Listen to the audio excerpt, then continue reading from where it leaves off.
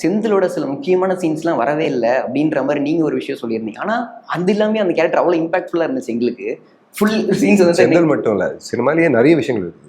அவரோட கேரக்டர்ஸ் எப்பவுமே ரொம்ப ஸ்ட்ராங்காக இருக்கும்ல. ஸோ எல்லாத்துக்கும் ஒரு ஒரு தனித்தனி கதையாக இருக்கும். அதில் நிறைய கதைகள் உள்ள வரல இன்னும். ஸோ அப்போவும் பேசுறது அப்போதான் சீரீஸ் எல்லாம் அப்போதான் ஆரம்பிச்சது. இப்போது அவர் அந்த படம் எடுத்திருந்தாருன்னா மோஸ்ட் சீரீஸாகவே விட்டுருக்கலாம். சீரீஸாக ரொம்ப இன்ட்ரெஸ்டிங்காக இருந்திருக்கும். ஏன்னா எல்லாத்துக்குமே ஒரு டீட்டெயில்டு கேரக்டரைசேஷன் எல்லாமே ரொம்ப அந்த அவங்க பண்ணுற விஷயங்களே வந்து அவ்வளோ டீட்டெயில்டாக எடுக்கும்போது ரொம்ப சுவாரஸ்யமாக இருக்கும். ரொம்ப இன்ட்ரெஸ்டிங்காக இருந்தது. ஹோப்ஃபுல்லி அது சீரியஸாக விட்டார்னா ரொம்ப நல்லா இருக்கும்னு நினைக்கிறேன். இல்லை படமாகவே இன்னொரு படம் ஆக்சுவலாக அவ்வளோ இருக்குது ஃபுட்டேஜ். அவர் எப்பவும் ஒரு 5-6 hours தான் படம் எடுத்தாங்க. கேரக்டர் ஸ்ட்ராங்காக இருக்கிறதுனால அப்படி போயிடும். ஸோ அவர் லென்த்தியாக எடுப்பாருன்னு இல்லை, ரொம்ப கேரக்டர் ஸ்ட்ராங்காக இருக்கிறதுனால எல்லாமே அது ஒவ்வொரு கதையும் அது எல்லாமே ஸ்ட்ராங்காக இருக்கிறத எடுத்துகிட்டே போகும்ல.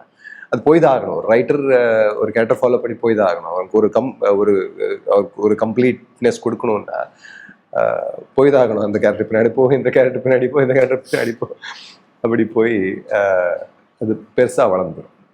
அப்படிதான். அதனால தான் அவரை நம்ம வெற்றி பிடிக்கிறதே அதனால தான் நினைக்கிறேன். இப்போ வெற்றி சார் கதை சொல்லலை அப்படின்னாலும் நீங்கள் அந்த படத்தில் நடிச்சிருக்கீங்களா சார்? அவர் சொல்லிடுவாரு. ஆமாம், கண்டிப்பாக நடிப்பேன். எனக்கு நம்பிக்கை இருக்கு.